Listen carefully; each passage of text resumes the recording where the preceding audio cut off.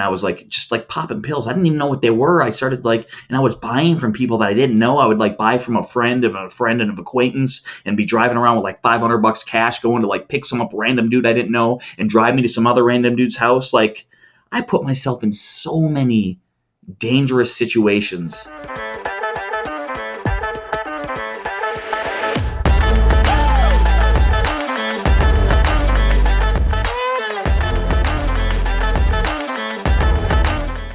Hey, what's up, everybody? Welcome to Responsibly Reckless, the show where we talk about how to thrive in uncertainty and live life without regret. Advice is contextual, and what works for one person may not work for you. So we'll talk to top performers and dig into why they make the decisions they do, giving you the tools you need to pick the right advice for your unique situation so that you can build your version of a successful life, not somebody else's. Today's guest is Jamison Phillipi. Jamison gets pretty vulnerable, sharing details about his past drug addiction, his brushing with suicide, and what they taught him about life and success.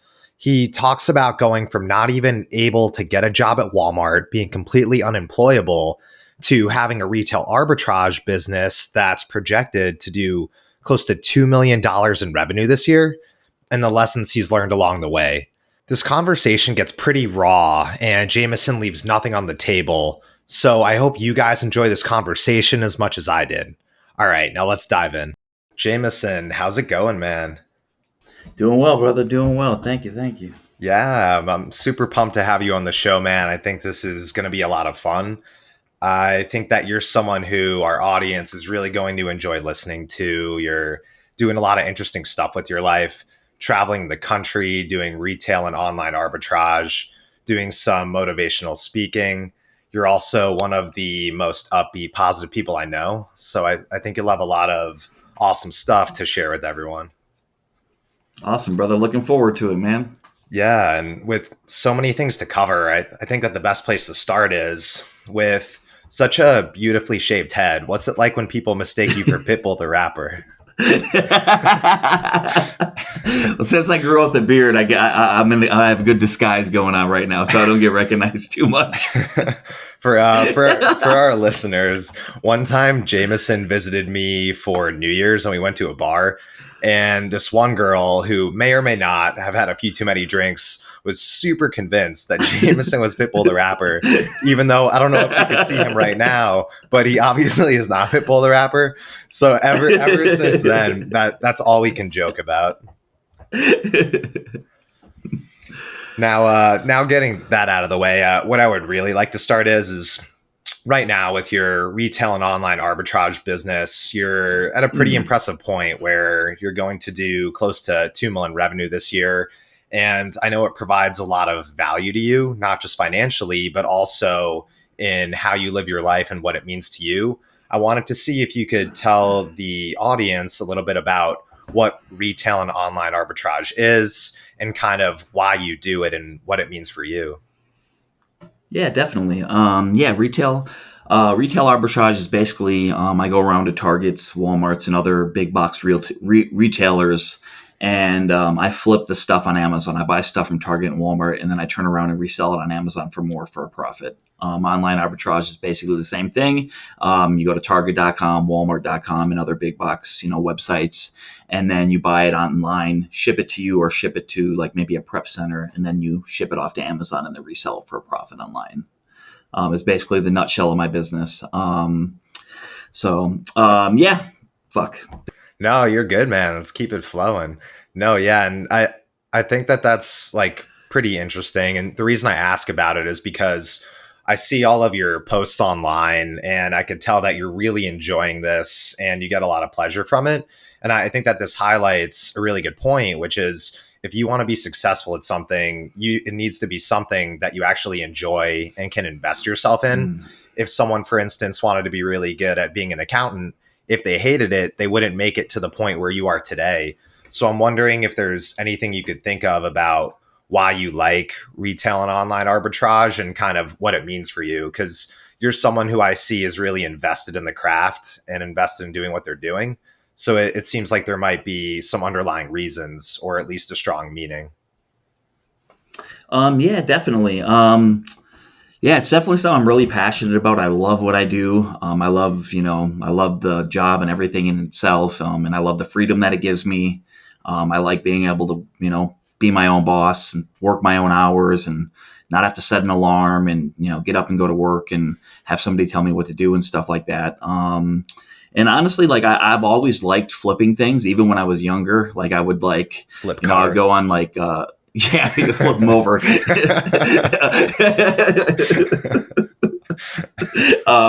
When I was younger, like I would take these summer trips to Michigan, with my family, and there was this gift shop that would sell like little pocket knives for like $2-3, and I would like come back. I would buy a couple of them, like 3-4 of them, bring them back to Minnesota, and then charge my friends like $4 or $5 for them. Like I'd make $1 or $2, but it's in my mind that it was like the coolest thing. Like I'm like like I was doing this and like.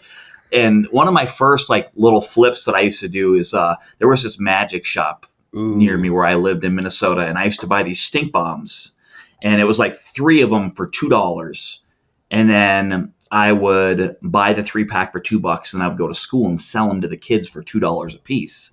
And I probably sold 10 total, but I had to stop. So one kid that I sold one to, we had a school dance where like all the 7th and 8th graders go on like a Friday afternoon. And, there's probably 100 plus 150 people in there.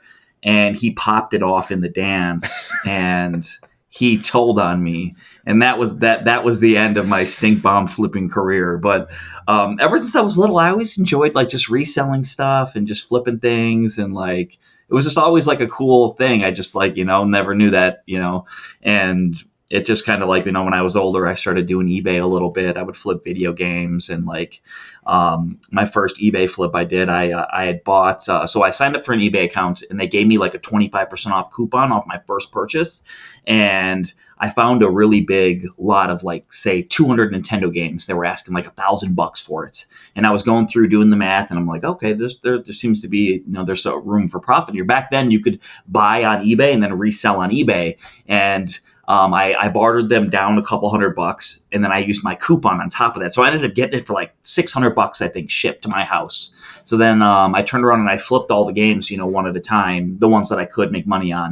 And I made a decent, I made a little bit of money off that, and that was one of my first flips, and I just the excitement of doing it, and like it was really fun, and that kind of is like what really got me into like flipping and reselling stuff. And this was back in 2000. Geez, 3, 4, 5, somewhere around there. And I just did it casually, for like 10 years, just buying off of Craigslist and buying off of eBay, buying people's like, video game lots when they're, they grow up, they get married, they got to get rid of their video game collection. I would swoop up and try to buy them if I could. So I've always been enjoyed just reselling things and finding things for less money and then like being able to resell them for more. And thankfully it grew, into where I'm at now, and now I do it full time for a living, which is awesome. Yeah, and I think you highlight a really good point, which is from a young age, we all have these things where we naturally gravitate towards. Maybe it's something we like doing or something we're good at. And if you can be more aware of what's going on around you and what those things are, you can really lean into them and develop your craft and your expertise over time. So many people are just looking for ways to live a life where they do nothing. They're like, oh, I just don't want to work. I don't want to do this. But I think the key that you really point out is that what you should be doing is trying to find those areas where work doesn't feel like work. Because for you, you love this, you have fun, and that's part of what makes you so good at it. Versus someone else who might not be able to really enjoy it. They're not going to be able to compete with someone like you who's doing this on a day-to-day basis and actually enjoying the grind of it. Yeah, definitely. One question I have is when you were first starting, right? Like you bought this first lot of video games, and I know when I'm younger, like that can seem like a lot of money at first. I was wondering Yeah. if it felt risky to you. Like, did you view the risk of it? Were you like, no, they're like, I know I'm going to be able to sell through all this. I'm wondering how you thought about that and like making your first big purchase as far as that video game lot. I did a lot of research. It's crazy, like the lot of video games that they were selling. This is what, like, I mean, this is, it ended up developing to where I am now. Like, it was, I would say roughly around 200 games, 150 games. Somewhere it was like, it was a lot. It was over 100. I went through and looked up every single one of those games one at a time on eBay. I spent hours and hours and hours doing it. I would type in each title of the game. I would go through, look at what, the lowest prices, just in case that's what I would get. I would look up all the prices on eBay. I would look at the sold listings on eBay and kind of get an idea of what each one would sell. And I would calculate the fees. Okay, how much would an envelope, bubble mailer cost? Okay, how much would shipping cost if it went to the East Coast to this coast? So I kind of like got a rough idea of what it would come out to, down to, as close as I could for each game and what I would pocket. So like some games, like back then, you could sell a game, say for, I think it was like $4 or $5 shipped. And you could still, after fees, shipping, everything, you'd pocket like about $2. So on the lower end games, you'd get like a couple bucks back, just liquid cash. And then some of the games I was getting 10, 15, even a few of them like 30, 40. So I went through and I did the math, and it was like, I think it was like, it was definitely over double my money, after all said and done. I was like, and after doing all the research, which that helped me learn and understand video games like thoroughly after that, because like you look up over 100 games, you're kind of going to get a fairly good idea of what things will be worth, going forward, and you kind of retain a good majority of that information that you can use on the next deal. And then every time you get better and better at understanding. So it looked so solid to me that at the time that I didn't see it as a risk. Like obviously it would take some time to sell all this down. It took me many months to get through them all. But I saw as fast as I could turn the good ones, I could reinvest that money into other games and just keep doing it. So like to me, it didn't seem like a risk. It was very calculated, and it looked like a very safe play, thankfully for my first flip. Yeah, you make a very good point where a lot of people's misconception about entrepreneurship is that you're just all in, like you don't care about risk. You're just kind of going for it regardless. But the point that you're making is you did a ton of research beforehand. You collected whatever data you could, and you tried to minimize risk as much as possible. I just want to highlight that this is one of the keys to being successful like you are, which is knowing when you have to take risks, but minimizing risk as much as possible. Exactly. Definitely. And I know that despite trying to minimize risks, sometimes things do happen, and it might require mental grit and kind of being able to bounce back from failures to go to the next situation. I know that we've joked about a few different situations you've had. Can you maybe talk about one failure you've had? I know that you're a big fan of Luva dolls or Luva Bella dolls. I don't know. Luva Bella. Yeah. That was the Luva Bella is a toy that was released back in I think September-ish of 2017, right before Christmas season, Q4. It was a hot toy, right when it came out. It was like, one of the hottest toys out. Stores were hard. It was tough for them to keep in stock. And that was probably one of my first huge investments on a toy, on an item. Like I went all in. I was, driving around, reselling other things, going from Toys R Us to Walmart's, to Target's, and just buying, as many as I could, for the lowest price, stacking, discounts, coupons, sales, tax exempts, anything that I could add to get my buy cost down lower. So I think at the time they retailed for $100, and over a couple month period, I went around and I was able to grab well over 100, 100 something of them. And at the time I could have flipped them all. They were selling fast. Product was moving good. You make roughly around $20 per item on profit, which is great. Hindsight's 2020. You look back at it, it's like, should have just taken the money.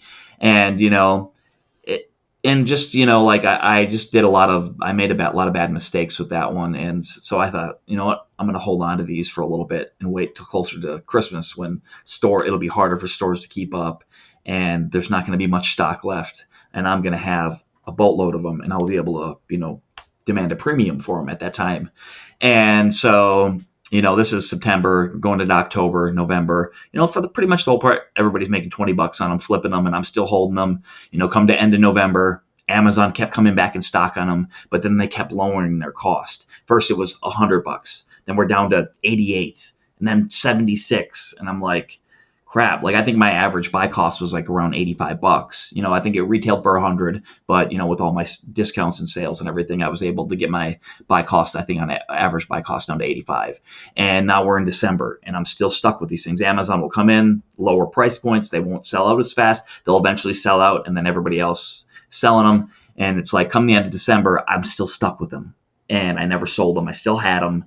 And it's like we come into January and I'm like, crap, I'm stuck with over 100 of these things. I don't know what to do. If I sell, Amazon's in stock, selling them for, $60, $65 in that ballpark. And if I sell them now, I'm going to lose, over half of what I put into them. And so like I was contemplating, they're sitting at Amazon, I'm paying storage fees on these things every month. And I was like, oh, maybe I could just remove them from Amazon and return them. I mean, that was my thought. I was going through all the thought process of what I wanted to do with them. And ultimately, it was like, obviously, I could remove them from Amazon, return them, and get my full money back. And I had thought about it for a few days, and I was like, you know what? If I do that, what am I going to learn from this? I don't learn anything by removing them from Amazon and returning them to the store and getting my money back. There's no lesson learned there. And I was like, I'm gonna, you know what? I got myself into this. I'm gonna deal with it. And I sold through them at a loss. I think I ended up losing right around $50 per doll. I had lost well over $5,000, out of pocket, and I forced myself to go through that because I wanted myself to learn. It was an expensive lesson for sure. And that was a lesson that allowed me to move forward and make better buying decisions on the products that I sell moving forward. So it was a tough. It at that time. I mean, still that's a lot of money now. It's a ton of money. That really crippled me. That hurt a lot. But it forced me to be smarter, be better, and that I rather have an expensive lesson now and be able to grow from it and become better, in my business and personally, than to take the easy way out and return them and then go on about my business. That'll allow me to keep making making mistakes going forward. That'll keep allowing that to happen because I'm not holding myself accountable. So I went in, dived, took the loss, and moved on from it. I love this story, man. I think that there's so much to highlight in here. And one thing that really stands out to me is that so many times in life, people are looking for a cop out and easy out, kind of blaming someone else. But here you recognized I can either try to take the easy way out and not learn anything, or even though it's painful, I can force myself to learn what I can from this situation, and it's going to help me grow. So many people forget that each moment in life is really just practice for the next moment. We're on this continuous evolution where we're trying to constantly better ourselves, improve ourselves, both in business and in life. And people need to remember that and have the mindset that you had in that situation where, okay, this is stressful, this is nerve-wracking, but how can I use this to my advantage? What's the silver lining? How can I use this to better myself despite the fact that this can be painful? And in this situation, you were able to step outside of yourself and outside of the uncomfortable emotions and think logically and say, what's the best approach that's going to help me in the long term? And this is just a really good lesson that everyone who's listening, whenever you're going through something tough, try to take a second, calm down, and get back to your baseline. And that way you can separate from your emotions and think more logically about what should I do? And then just like Jamison was doing, take ownership. Even if this is painful, do what you know is going to help you in the long run, because once it's done, that's how you're going to keep growing. That's how you become a better person. That's how you have an OARA business like Jamison does that's going to do close to 2 million this year in revenue. All right, back from a quick water break. We were just talking about Jamison, OARA, the Luvabella dolls, and taking extreme ownership of your life, both as well as business. And Jamison right now is in a pretty good place. One more thing I want to highlight on the topic is I know that recently you expanded from just selling in toys and video games to also selling sneakers now. I'm wondering how you knew that it was time to expand. I think the general thing I'm trying to highlight is so many times we're like on our path, maybe we feel good. We're like, I'm going to keep doing what I'm doing. But being able to switch things up can help you grow even more or take advantage of opportunities you might not have saw. I'm wondering how you knew it was time to hop on these new opportunities, and how did it feel to kind of get out of your comfort zone here as well?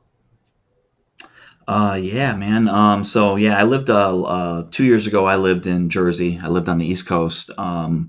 And there I had an abundance of retail arbitrage opportunities.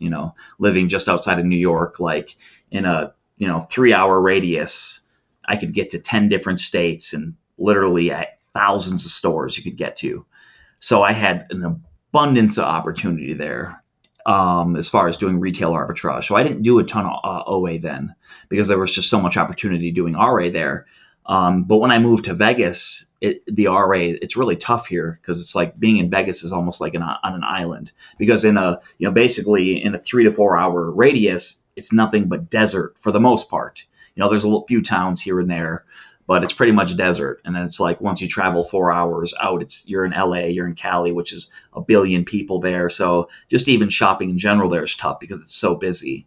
So I when I first moved here, I refused to change because I loved what I did and I was good at what I did. I'm good in the toy niche, the video game niche. That's where I thrive in, and just there was no opportunity here for those things. So it forced me to have to grow and get into other categories. So I did. I have jumped into shoes and clothing in the last year. I do a lot of OA for shoes and clothing, and I send it all to my prep center. I got into running shoes and Crocs and sandals and anything that I can make money on. I started selling kitchen appliances. Freaking pots and pans.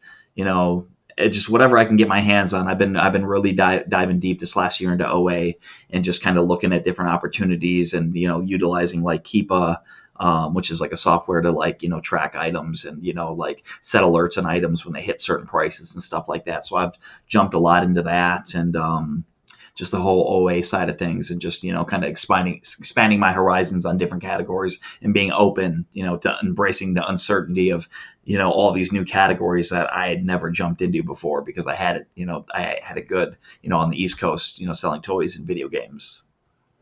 Yeah, and I think this highlights a good point, which is that we have to be able to embrace change despite it being uncomfortable.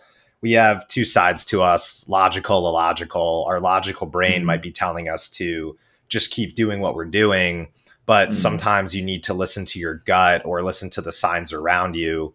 I know that you and I were briefly talking earlier about logical versus illogical. You were saying how your coach that you work with for business, life, and other areas had some really great advice for you. I wanted to see if you could tell people a little bit about what he was saying about how you should shake things up and why. Yeah, definitely. So we do our calls every week and whatever. We go over things. We just recap on life. He challenges me every week and we do different challenges. And so this week's challenge, he was like, you continue to do what you're doing and you're good at what you do. And you keep, I not overthink in like a negative way, but when I do my retail arbitrage side of the business, I know exactly what's going to work and what's not going to work. With years experience, you kind of just get natural at that. And so, he was like, you're thinking with too much logic. He was like, and he's never challenged me in this way, but he's like, I want you to think illogically this week. And I was like, what? Like, that doesn't make any sense. And he was like, no, he's like, you need to embrace the uncertainty. You need to go where you haven't gone. You need to do what you haven't done, or you need to do what you've done before, but do it differently. He was like, you need to embrace the uncertainty. And I want you to think so illogically this week and go where you haven't gone in your business and do things you haven't done. You need to break this mindset of being so logical about everything. He's like, no, this week we're going illogical, uncertainty. And he was like, once you do that, then you can use your logic mind to make it make sense. But he was like, embrace this illogical thinking this week and do something that would not work. In a sense, like he was like, because he was like, okay, he was telling me, like, helping me where to travel this week to go shopping. And he was like, what states do you have around you? I'm like, Arizona's 2 hours away. He's like, all right, go to Arizona. And I was like, but there's only a handful of stores there. I don't think there's enough opportunity there to make the 4-hour round trip drive profitable for me. He's like, just do it. He was like, I want you to force yourself to go there this week. Do what you know you can do, but then also look for other opportunity there. I guarantee you there is opportunity there. You're going to learn from this. You're going to grow from this. And I guarantee you're going to come out with some new insight on your business that you can continue to use to help make more money in your business and grow in your personal life. And I'm like, as much as I know it's not going to work, I'm using my logical brain. he was like, no, like I'm gonna do it. Like I'm just gonna, I'm up for the challenge and I'm open to the challenge. Even though my brain's like, no, this is not gonna work. I'm gonna do it anyways. Embrace the uncertainty and just be illogical about it, and I'm gonna make it make sense. And then next week when we do our call, we're gonna recap the challenge and be like, all right, where didn't it work? What worked? Okay, what worked good that you can continue to use in your business and in your life. So I'm gonna be open to it, and just I'm up for the challenge for sure. That's awesome, man. And I think one good point on what you're saying is that a lot of very successful companies like Google, they'll talk about this thing called moonshots or moonshot ideas, Mm-hmm. where maybe you devote the majority of your time towards what you know works, but you need to allocate a certain amount of time towards these big picture ideas to allow for serendipity to kick in. If you only did what you knew, then you'd be successful at that, but you'd never have these 10x opportunities that maybe exponentially grow your business or your life. I know also that at companies like Amazon Web Services, they really pride themselves in experimentation and trying new things. And it's important for us to be able to take a step back and say, I know that 9 out of 10 times, maybe this experimental idea, like going to Arizona for a couple stores, this might not give me anything crazy. But that 10th time, it's going to give you such massive results that it makes up for all of the failures. That's really the bottom Yes. line of venture capital investing, for instance, where it's all about asynchronous returns, where if Mm-hmm. you invest in 100 companies and 99 fail, as long as the 100th investment makes up for all of them, then it was all worth it. Yeah. So I think that people have to Yes. learn how to be able to take a step back and kind of view things from more of a long-term approach where, Mm-hmm. okay, I know that the chances are this might not have crazy output, but what is the risk to reward? Risk is, okay, Mm-hmm. maybe you waste a few hours going there, but potential reward, maybe you find some amazing new products that transform your business, and being able to step away from your comfort zone and your normal routine really helps you in being able to grow your business Yes. as well as yourself as a person. Yes. 100%. 100%.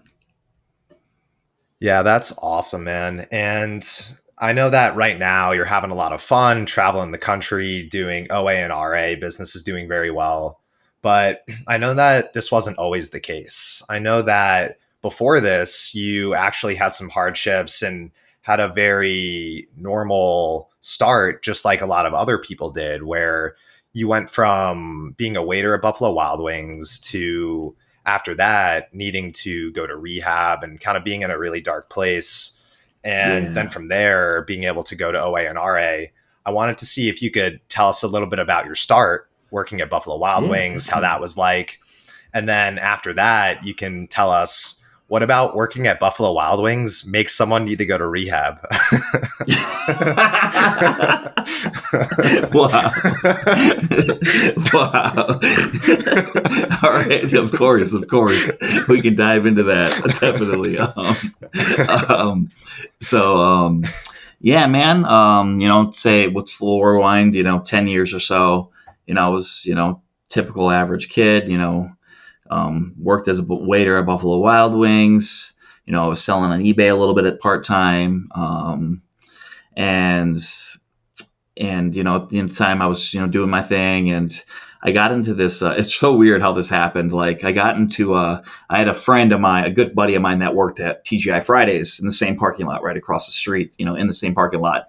And he introduced to me this computer game, World of Warcraft. uh, And yeah. like I got so addicted to it. Like it was just such a cool game. And like, so every Thursday, me and him worked similar shifts. So we would get off of work Thursday, and both of us would get Fridays off. So we would get off Thursday, go to his house Thursday nights, and pretty much from 9 o'clock at night, we would play all the way till the sun came up the next day.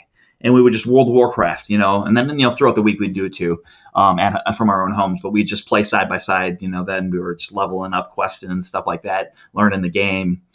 And one day we were playing, and he offered me a Percocet, a pain pill, and I was like, sure, why not? Like it sounded awesome, and I tried it, and man, little did I know that first time I took that was the friggin' beginning of the end, and that I took it, and it's like we're playing World of Warcraft all night, and you're just like feeling so good, and like you're high and just like feeling it. Or playing for 10, 12 hours straight, popping pills. And like, it started off with one pill. It was just, casual thing, maybe one a week. And then, next week we play, and it would be like, try another one, then another one.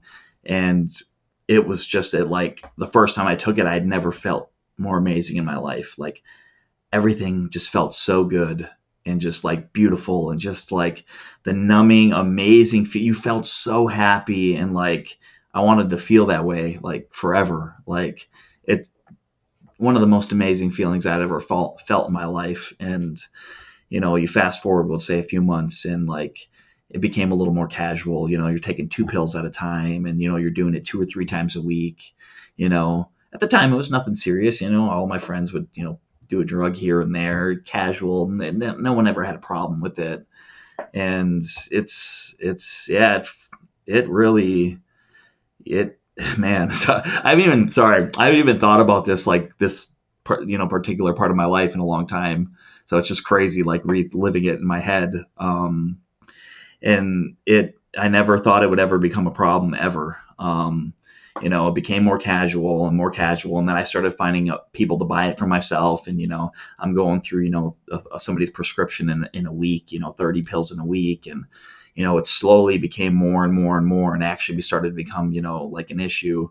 And I did them maybe for like a year. And, at this point it was like, all right, maybe there's an issue here. Like, all my free time is going to getting high. And like, then I started messing with that when I couldn't get Percocets or Vicodins or, Oxycontins.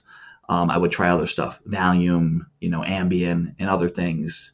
And I was like, just like popping pills. I didn't even know what they were. I started like, and I was buying from people that I didn't know. I would like buy from a friend of an acquaintance, and be driving around with like $500 cash, going to like pick some up random dude I didn't know and drive me to some other random dude's house. Like I put myself in so many dangerous situations, and after about a year, it's like, all right, you know what? I ended up going to outpatient treatments, and I went to it for about a week, and like, just wasn't for me.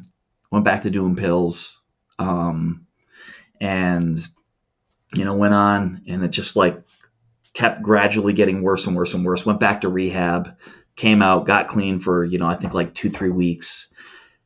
Popped again, and then like the first time I started using again after rehab, like I puked my guts out that night, like because I hadn't done any pills in a few weeks. My body wasn't. I had done the same dose I was doing, and I started throwing up, and like I had a really bad reaction because I think my body just couldn't handle the amount of drugs, and I just kept doing that and kept getting worse, and it's like it's starting to like I'm getting behind on bills, and like and I start like if I could like get pills cheap, I would reround sell them to other people for a little bit more to help pay for some of my pills, or like lower my buy costs to getting in on some pills and stuff like that. And started just doing more just unhealthy things, doing more doing drug deals with people, but like putting myself in dangerous situations, going to areas I shouldn't be, being around people I shouldn't be.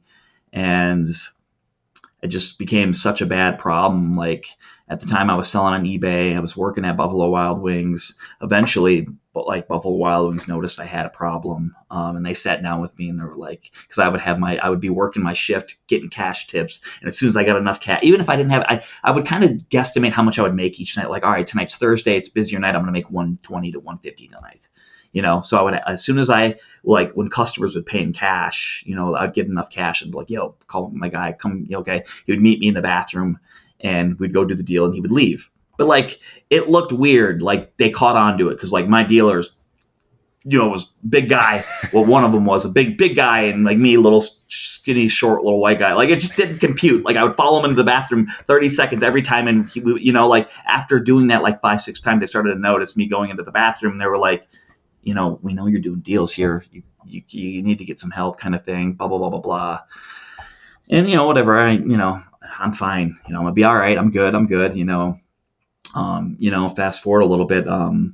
It got to the point where it was like, all right, now I'm running out of money. I'm working. I'm working like crazy. Still can't keep up with the habits. And so I had a I went and like started. I went and opened up a K Jeweler credit card, and I thought I was like, oh, I got this idea. I'm gonna get a bunch of gift cards, sell them on eBay, get the cash, and then just pay the minimum payment every month. Like I didn't care. Like it was like, oh, if I could get $1,000 in gift cards, go sell them for 800, and then me just pay $20 a month for the rest of my life on this card. I didn't care. I just wanted the money now so I could go get high. So I went and I think I bought a few $1,000s in K Jeweler gift cards, something like that, and a couple thousand. And I was selling them online for like 20% off of face value. They all sold instantly. Boom. And then I went back. I was like, wow, this really works. Okay, cool. I went back to get some more. And they were like, this is the second time you're coming here. What do you need these for? I'm like, what does it matter? Like, and I went through, boom, listed them, sold them. And then like a week later, I get a thing saying my K Jeweler card is shut off. We know you're selling the cars online. We are going to put a zero balance on all the gift cards you bought from us. So I had sold like, I don't even know, 10, 15, 20 of these gift cards on eBay, and they all went to zero balance after the customers got them. So and I'm getting mean messages, where's you scan, like, and it was like, and like, even in my brain, like, I still don't see this as a huge problem. Like, yeah, this is a problem. Like, obviously these drugs are not, I shouldn't be doing them, but like, I still did them after that. I ended up getting my eBay account. I don't even know what happened to it. I think I just closed the computer one day, never logged back into eBay because I couldn't. I felt so guilty out of all the messages I received for people. I was even responding to some of them people, because I felt so bad that I, did that to them. It wasn't my intention. I didn't know. I thought they'd be able to spend the gift cards, and then my brain is like, oh, I'm just going to pay the minimum payment on this card for the rest of my life, basically, and pay the interest. I didn't care about that. Like, pay $50 a month, that's fine. I just want to get some drugs today. That was all I cared about. And then eventually it got worse. Got to the point where it's like, all right, now it's like, okay, I'm paying, whatever rent is like $1,000 a month at my apartment. I could save $1,000 a month, move back in with my mom. That's $1,000 more I could get for drugs. I'm like, that's a good idea. That's a genius idea. And I did that. And I ended up getting evicted from my apartment. And I ended up getting like the unlawful detainer. I had to go to court and everything. And I had like a mark on my rental history. I think it stayed on my thing for like 7 years.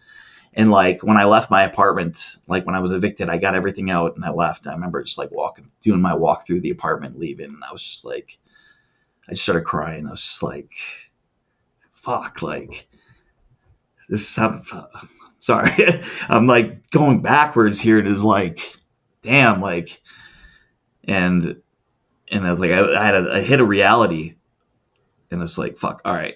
And then I left and I went to go get some pills, and then I was fine again. It hit me like I literally like gave up my apartment, everything just to get high. So I ended up living with my mom. Went back to live with my mom after that, and I'm still getting high. And I took like $60 from my mom one day, and went out and bought pills, and we got into it, and like we and my mom hadn't always had the best relationship, and we got into it, and my mom was she was a toxic person, as was I. I was a horribly toxic person also, and I ended up leaving there after that, and we got into a big thing, and arguing this and that, and like my mom told me like she wished I was adopted and stuff like that, and ended up leaving, and I was dating a different girl this time. This was back in 2010, I don't know, somewhere 11, like 10 12 years ago, and we ended up moving in with her dad, and we were like taking stuff from him to get high, and like anywhere I could pawn something I would. And like I was just pawning everything I could find, everything I could get my hands on, anything that I could get to get money or borrow money or get a credit, anything I could do to get some sort of advance on money, I would. And it just got to the point where it's like every freaking dollar, besides the bare minimum food to eat, like would go to pills, everything. And everything spiraled down. And, I ended up getting fired from Buffalo Wild Wings. And that's where it got really tough, ended up getting fired from Buffalo Wild Wings. And at the time, while I was doing that, like I was really big into online poker back then. Like I was like super serious about poker, and I had a poker coach, for a time being, before the pills and stuff. And I would read poker books, and I would just like I loved poker so much. And back then, like I was like a slightly above average player online, but it was enough to win back then.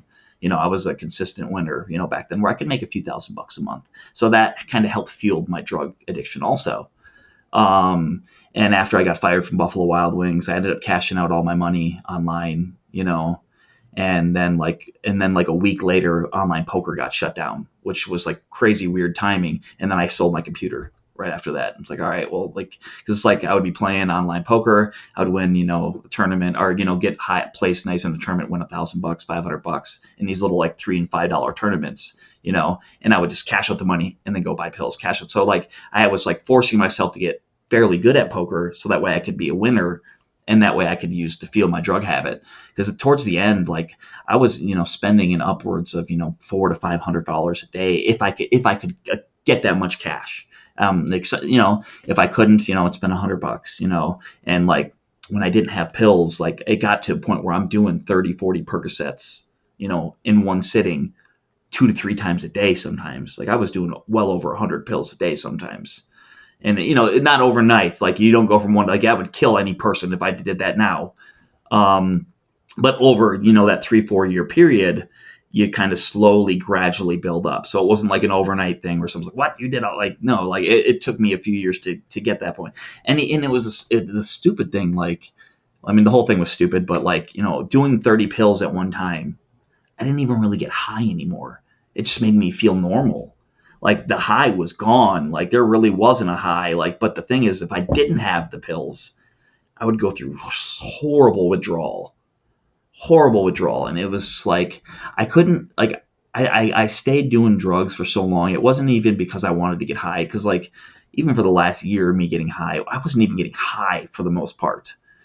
It was just, I didn't want to go through the withdrawal. Because the feeling of not having the pills was just a horrible feeling inside, like of just the first you don't have the pills for say 12 hours, like it's mild, a couple of aches, pains, a little bit of cold chills, like it feels like a little cold, but then after a day, 2 days, it gets worse and worse and worse, and it's like it gets to the point where it's like your emotions, everything just caves in on you. Everything gets horribly wrong mentally, and you're in bed, you're aching, you're hurting, you're hot, you're cold. Like I would have to take like burning hot baths just to help with the alleviate 1% of the way I felt, and like it was just a horrible feeling, and like so that would force me to have to find a way to get more pills because I don't want to go through the withdrawals of feeling like this.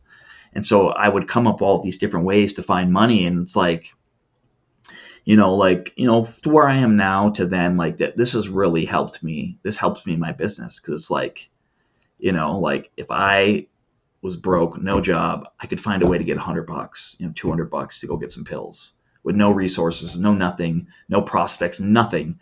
And I would find a way to make it work. So it's like, I use that mentality in this business to help me grow my business. Thankfully, the things that I went through back then helped me a lot now in my business. Just how I am, how I look at things, how I think of things, and back to the drug thing. And it was the point where I burned every bridge I had. I burned friendships. I burned, relationships. Family members. Everybody, jobs, bank accounts. Like at the end, it was like, this was, back in, 2010, 11-ish in that area. Back then you could, if you had say $1 in your bank account, you could go to the ATM, put in your ATM card and take out $300 or $200. It would let you do that back then. And so I would do that, I would go through and pull out some money, and then obviously in a day or two, they're going to know, and then that's it, And, I would go overdraft on like credit cards and, bank accounts and anything, anywhere I could to like get $100, $50, I would do it,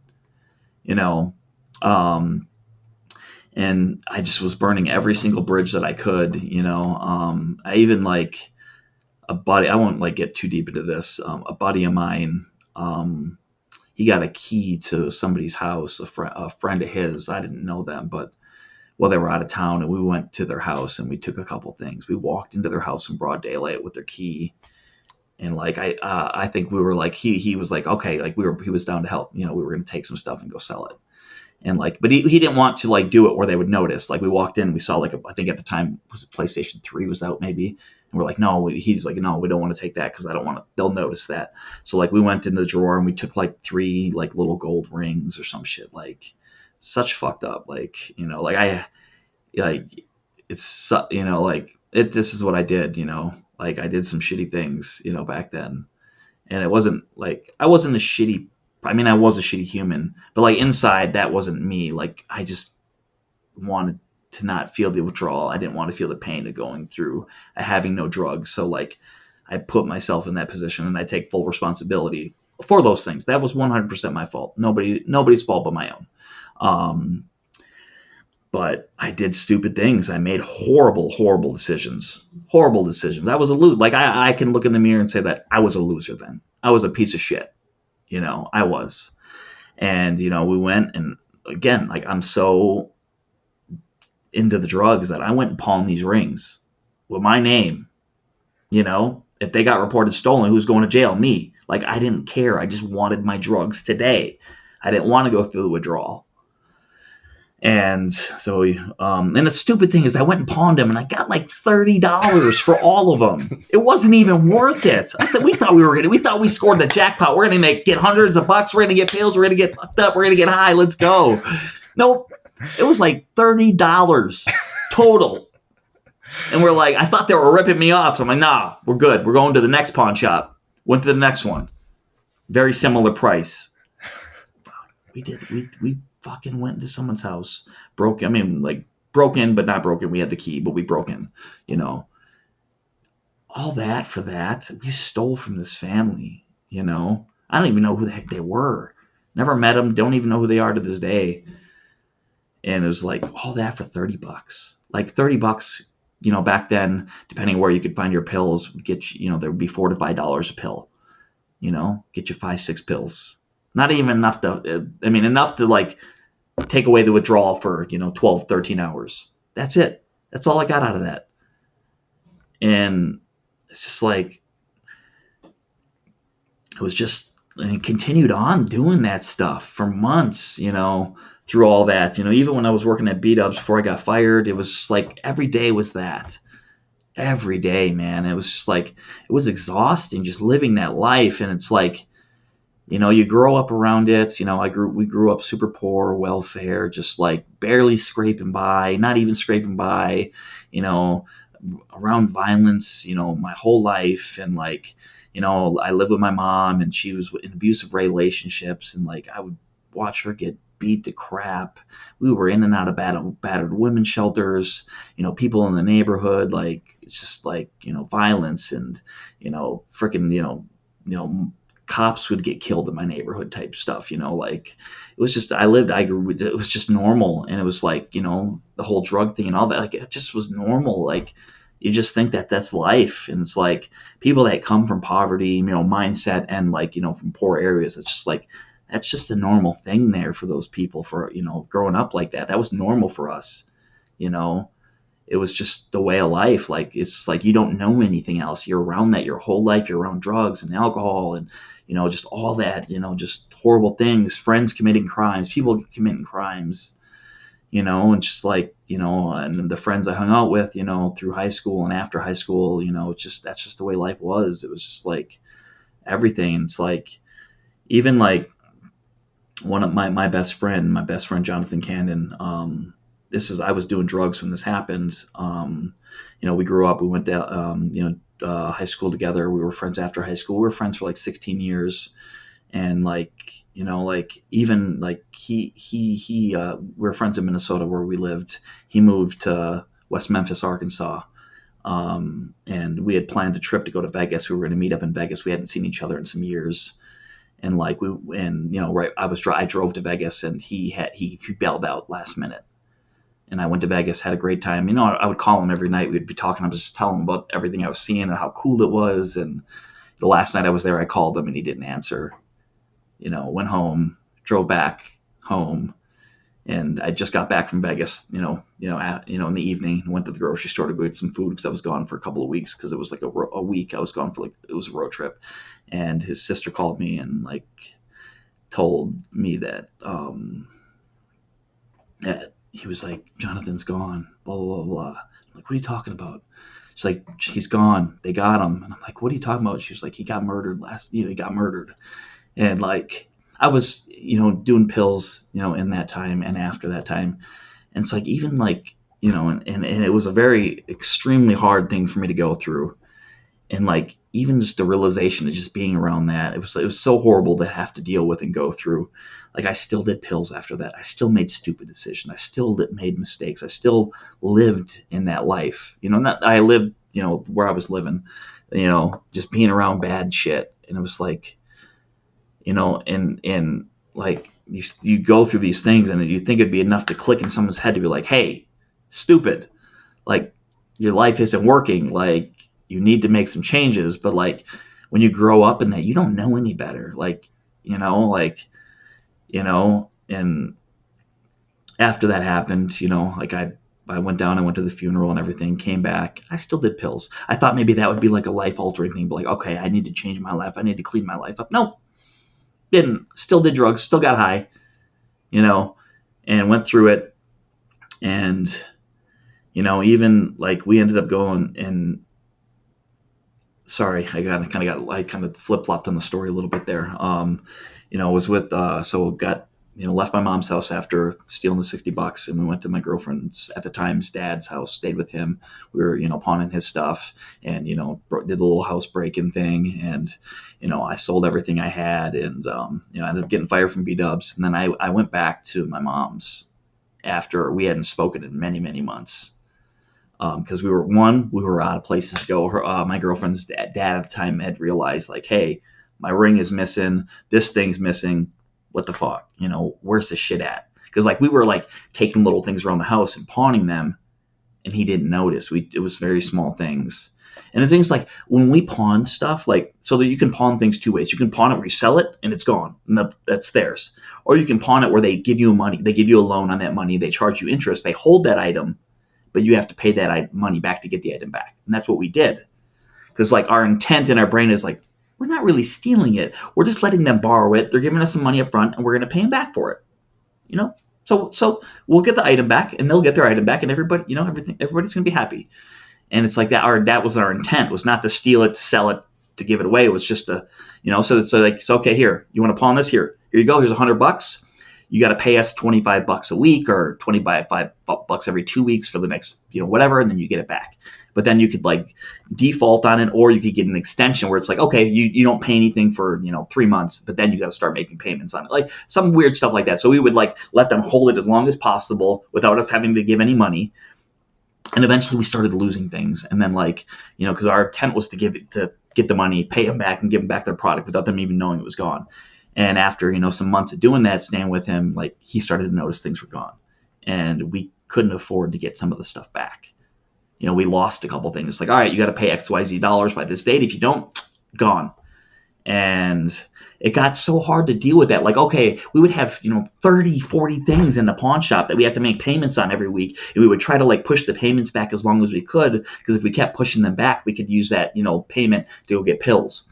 And we're at the time where I'm brainstorming different ways. How can we get money today? What can we do? Because like I didn't, I had people that I went to rehab with, and people that I met that resulted to like doing horrible crimes to get money. And like, I never wanted to go that route. Like I didn't like the breaking thing was horrible. I couldn't do that, to people, and stealing from people was just such horrible. I didn't want to go into doing things like, I drove around the mall one time. My intent was like, all right, I'm going to smash it. I'm going to break into someone's car and steal some stuff. And I couldn't, even going through withdrawal at that time, I couldn't bring myself to doing that to somebody. So like, at the time, like, Google wasn't huge back then. And like, so it's like, there wasn't like all these different ways to make money now. And like, I ended up finding a plasma donating place. So I started donating my plasma. I would go in, they'd stick you sit for 30 minutes, and they would like take the plasma out of your blood, out of one thing, put it back in the arm the other way. And you'd get, like, I think you'd go 2 times a week you get paid, I think it was like $260 a month, going twice a week. So 8 times a month. I think they paid you about $30, $35 per time. So, and you could donate twice a week. So I would do that every day that I could. And it was doing that, like, even to this day, like, it's hard I still have the scars on my arms, the needle marks from donating plasma, like, to this day, because I donated plasma so much, like, you can still see needle mark scars on my arms. And it was like, it going through the whole drug thing, like, allowed me to become very resourceful, and, like, a lot of things, like, I'm thankful. Like, I mean, it sucks it happened, but I'm glad I went through it. It allowed me to become the man that I am today. So fast forward. So yeah, sorry, I got so deep into that. So ended up going back to my mom's house, and we mended things with her, and we ended up finding a rehab place that would take me in with no insurance, and they would pay for everything through the state. It was like something through the state, and it took a little while to process, and I ended up getting a bed. I think St. John's or St. Joe's Hospital in St. Paul, Minnesota. And it was like I think it was like a 2-week inpatient and like 30-day outpatient thing or something like that. And I ended up going in, did my 14 days, and went through it and completed the 14 days, did the 30-day, outpatient thing. And so at this time, but this was my 4th rehab. At this time, there was a drug that had come out called what was it called, Suboxone, and basically it was like it looked like a Listerine strip. It was orange, and you put it under your tongue. It would block the urges to want to get high, and if you got high, like if you went and popped pills while you were taking it, it would block anything. You would feel nothing.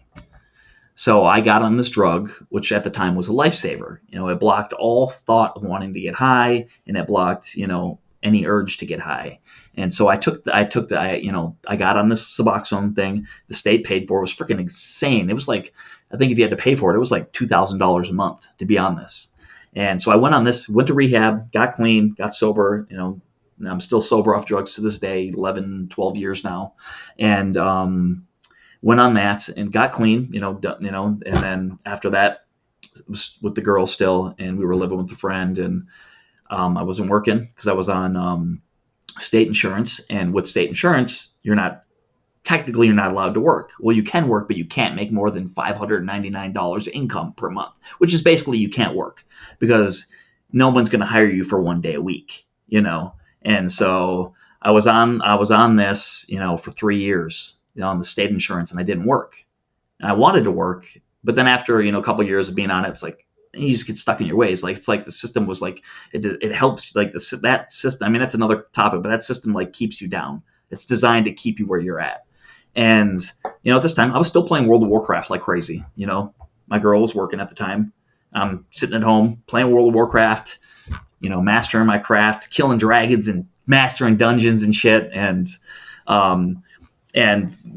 in World of Warcraft, like playing that game, actually, I use some of those tools in my business today. And so in World of Warcraft, they have like an auction house where you can go buy stuff, you can sell stuff. It's almost like a little mini eBay type thing.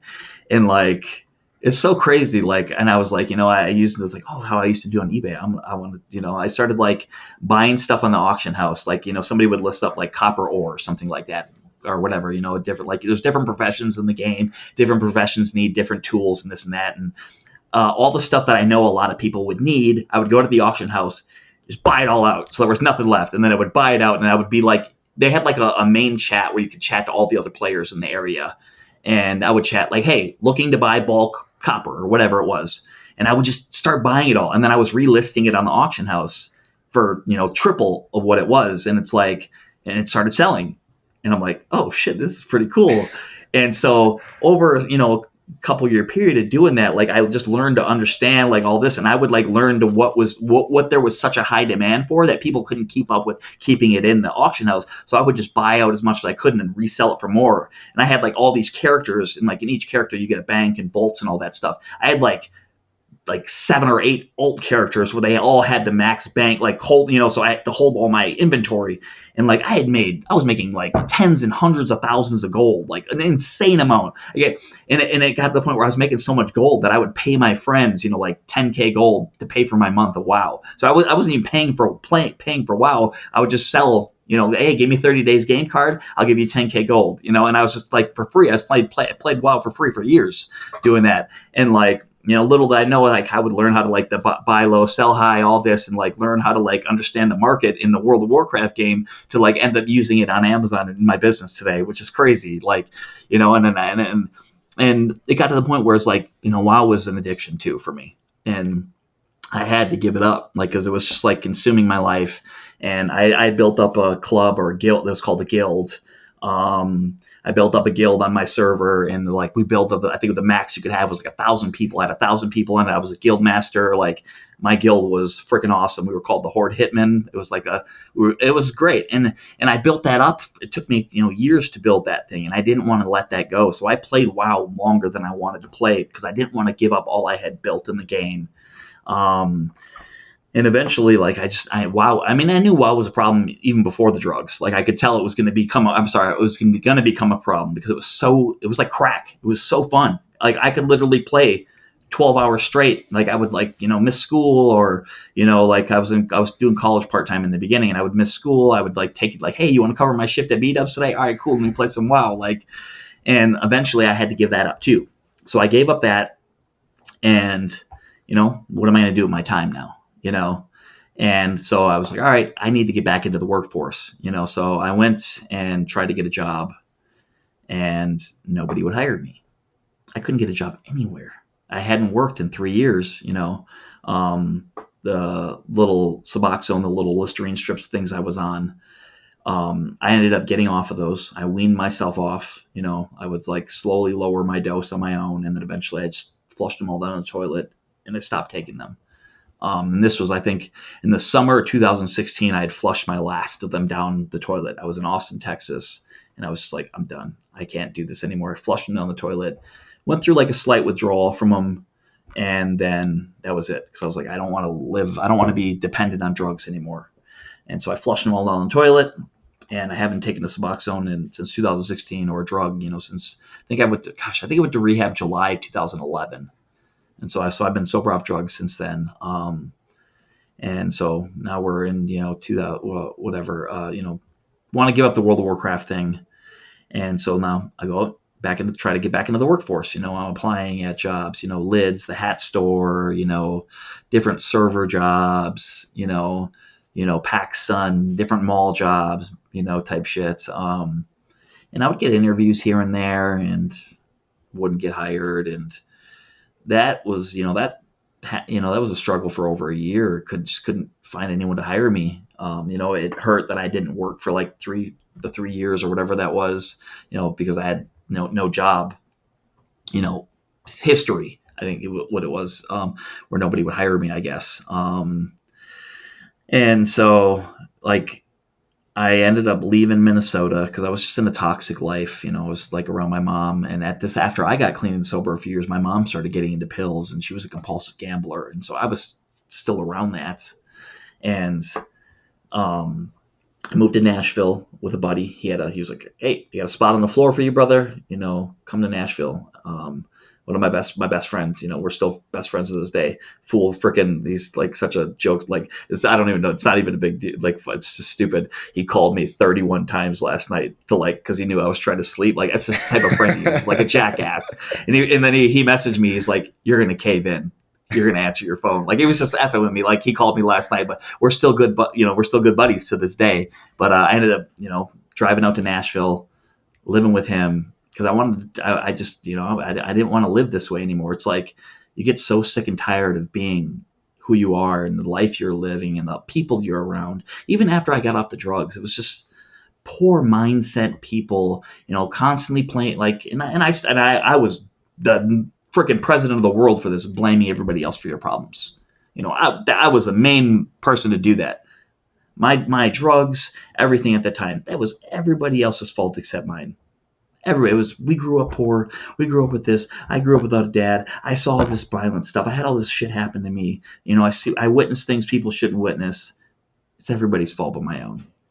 Moved to Nashville. I'm selling on eBay a little bit, just enough to pay for 99-cent spaghetti and stuff like that. Making $50-$100 profit a month, just kind of like little bits. So, and I moved to Nashville. I'm like, all right, I'm going to try to find a job out here then. Same thing. I'm looking for jobs, this and that. I go to Nashville. I get homesick from Minnesota. So go back to Minnesota, back to the same toxic lifestyle, toxic BS, and stay there some months. And it's like, same thing. Like I thought things were going to be different in my mind. I was homesick. I went home. Same crap. Same toxic BS. Mom's gambling. Mom's popping pills. This and that and the other. And toxic friendships, toxic relationships, just everything, just mush. Went back to Nashville. Still trying to find a job. And, I'm it's hitting me hard because it's like nobody wants to hire me. Like I was applying at Target to stock shelves. I was applying at Walmart, got an interview at Walmart. Gosh, got an interview at Walmart. I think they ended up having 2 interviews at Walmart, if I remember correctly. Either way, didn't get hired at Walmart. And that one hurt. It's like, it's Walmart. They hire anybody, but not me. Like, I'm not good enough for Walmart. And mentally, after, a year and a half or so of just trying to get jobs and not getting hired, that really kills you inside, man. That was a different depression itself. I felt worthless. I'm not good enough to work in the U.S. Even at a minimum wage $7 an hour job. I'm not good enough to do that. And so that hits too. And so I'm living in Nashville, and I go apply at the Fossil store, the Fossil watch store at the Opry Hills Mall in Nashville. And this is just this to me is it ends up being a triumphant moment. I remember this to this day. I just went to Nashville a few months ago, and I took a picture in front of the store. Yeah, motherfuckers. Because that was the last job I ever applied at. And so I applied for a job. I talked to the person there, filled out the application. They really liked me. He was like, wow, cool, da-da-da-da-da. I think you seem like a good fit. We'll probably should be able to hire you. Had it the first interaction went great. Had an interview. Boom. Nailed it. Money. Good. They loved me. Went back for another interview. Did the interview. Thought it went cool. Nothing. No call. No nothing. Call them up. Yo, what's up, man? Just checking in. How are things going? Want to touch base? We got a da-da-da, blah, blah, blah, blah. We'll give you a call back, And nothing. No call, no nothing. I was just like, I am unemployable. I am not worthy to work at any job. And, through the whole job thing, I'm doing eBay a little bit. And during the job thing too, I ended up finding Amazon. And it was a new thing. And it was sell on Amazon, it costs $40 a month to sell on Amazon. Fuck that. I ain't paying no $40 to sell online. Get the fuck out of here, bro. One, I can't even afford $40, let alone am I paying somebody $40 to sell on their platform. I'm just going to keep selling on eBay, And at the time, I built my eBay up fairly decent. I'm doing, $2,000, $2,500 a month in sales. And making $700-800 a month profit on eBay. It was enough to get by. It was getting by. Maybe $500 a month profit, and then reinvest a little bit back into buying inventory. So it was enough to get by, at the time. And I was building that, a little bit while I was doing the job thing, and just to help. And that was doing okay. I was able to eat. I was able to have my phone and my little shitty car, and sleep on my friend's floor. Freaking sleeping on a yoga mat, a little $2 Walmart pillow. It was enough. I made it work. And heard about Amazon FBA, and first time I was like, nope, I'm not paying that shit. Fuck that. And then think a little bit of time went by, and I was like, all right, let me try it. Let's just try it out. All right, cool. I came around, whatever, signed up for the account, did the thing, da-da-da-da. Found a few items, sent them in, and they sold. And it's funny, actually, 3 days ago on my Instagram, I posted, I had a memory pop up on my Facebook. Just sold my first 4 items on Amazon FBA. So it was so cool. 3 days ago was my that was 8 years ago when I started Amazon. And sold a few items, And then I was, selling a couple things. I was like, oh, this is kind of cool. Like after a little bit, like after a couple shipments and stuff, it was like, this is kind of cool. Like, okay, it's cool. I'm still doing the eBay thing, and we have I forgot to plug in the Amazon thing happened in between the job thing. And so I was still looking for jobs at the same time. These were just kind of a thing that kind of helped me get to until I could find a job. And so I think I was doing Amazon for a few months, I think 2 months maybe, while I was applying for the jobs. And then I applied at the Fallacy store. Like I said, that was the last job I had applied at. And then after that didn't work out, I was just, I'm unemployable in the United States. And so then I had saw, that was success to me online, just making $600-700 a month, online, selling online between eBay and Amazon. That was good for me. And I realized like, hey, like, what if I could double that on eBay and Amazon? What if I could get that up to $1,500 a month profit? I wouldn't need a job. And so I decided to just, all right, I'm going to try this out. I'm going to see if this can work. Like, clearly I can't get a job. Nobody wants to hire me. I can't push carts at Walmart. I can't fucking stock soup cans at Target. Can't sell Fossil watch. I even put on a damn Fossil watch. I had one Fossil watch. I wore that motherfucker when I went to apply to be like, yo, look I love your guys' watches. They're the best. Oh, fuck. So I was like, all right, I'm going to go all in Amazon. Let's do this. All in eBay. I'm doing eBay. I'm doing the garage sales. I'm doing the thrift stores. Started to get into the like what retail arbitrage is today. I'd go to Target, like I would like there'd be like one item I'd go to Target. Oh, like Paw Patrol had just come out. There's like one of the plush toys was going for like $30. It was $10. I would literally go to all the Targets to look for one item.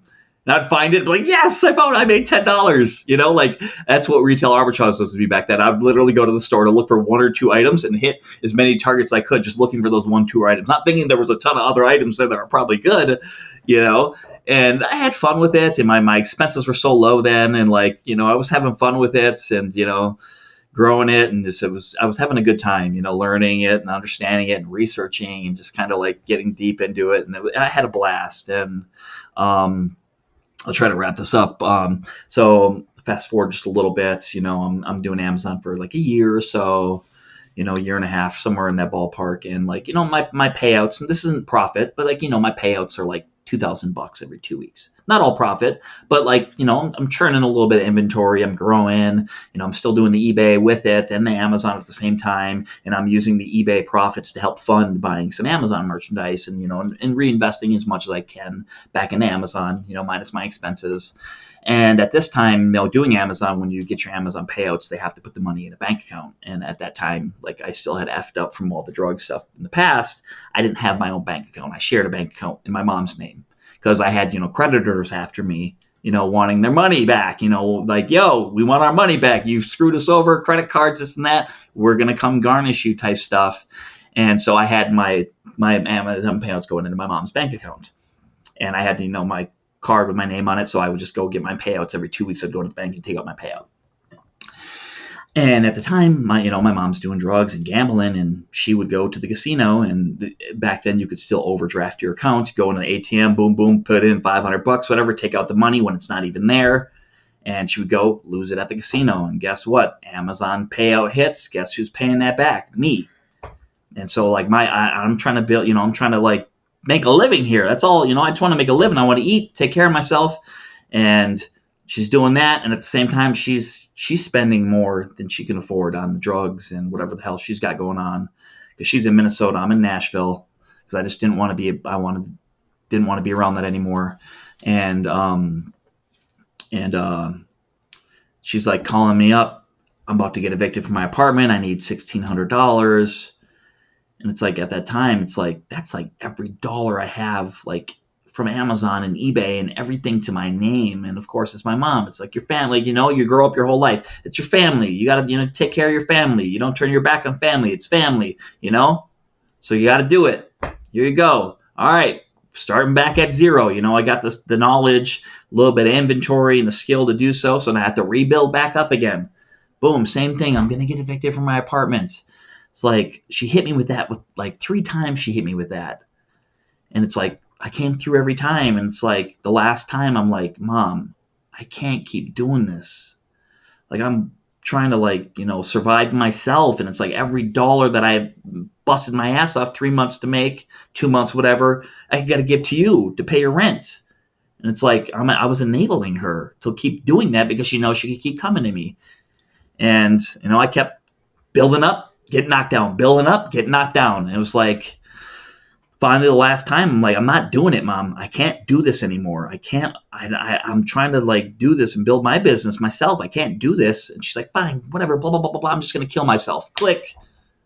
And it's like, that's the type of relationship I have with my mom. Like, she literally said, I'm going to kill myself. Click.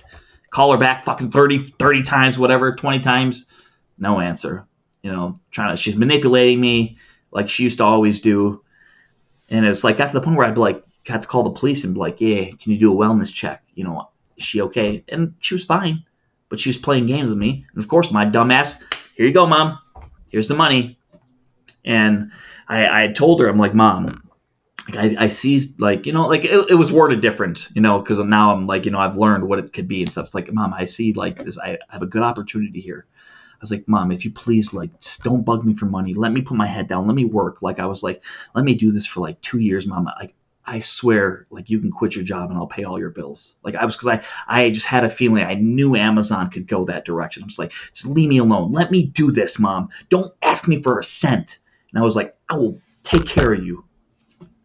And she was like, okay. 30 days later, bring, bring, bring. I get evicted from my apartment. And I was like, you know what? I'm not doing it. And I didn't do it. She got evicted from her apartment. Guess who she blamed? Whose fault was it that she got evicted from her apartment? Mine. And I'm sure to this day, she probably still blames me for that. Because a lot of people don't get out of their head. They continue to blame everybody else. And, through my journey of just going through this toxic life, I ended up cutting her off, a little bit after that. I can't do this. I don't want to live. It's your mom and I put up with it a long time. But it's like, you hear this thing your whole life. You got to take care of your family. It's your family. You never turn your back on family. But it's like, what if your family continues to pull you? Maybe it wasn't intentional, but subconsciously through their own actions. They're not probably purposely trying to pull you down, but it just happens that way. It's like, at what point do you cut that off so you don't fall back into that, And I had to cut her off. I did, I fully cut her off. And I think it was 2016, I think, somewhere around there. And, I hadn't seen her. I haven't seen her since. I had to cut her off. I couldn't do it. And after a while doing that, it was sad. And I wish things were different now. But that was a huge stepping stone for me to realize, you need to cut the shit out of your life. You have to cut the shit out of your life. Sorry, I just had to close the door real quick.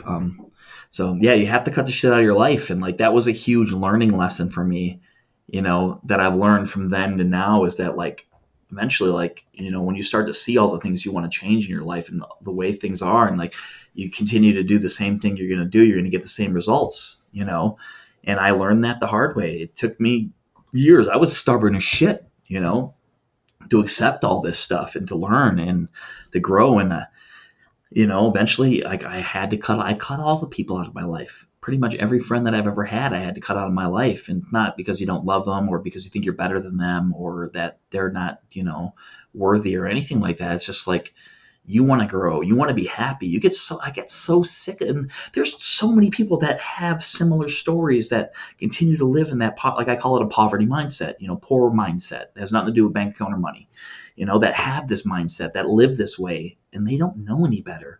And they don't have the tools or the know-how to change anything. Some days I'm still shocked at how I got out of that, lifestyle and mindset, and, yeah, eventually I had to cut everybody out, man, get rid of them. And, it's been a blessing. And, to this day, I'm so grateful that I did that. That was one of the best things, hardest, hurtful things I've had to do, but it ended up being one of the best things, definitely, I have a great network of friends. I have friends that are winning in life, business, personally, friends that are into growth and like positive things. Like we don't sit around and gossip. Like it's like you don't have friends that are sitting around talking shit and talking bad about, like they're talking about good things, fun things, happy things, growth, positivity, things in their business, things with their family. It's like the majority of like my circle is positive, fun, moving forward type of people. And it's like I never in my life thought I could ever have that in my life.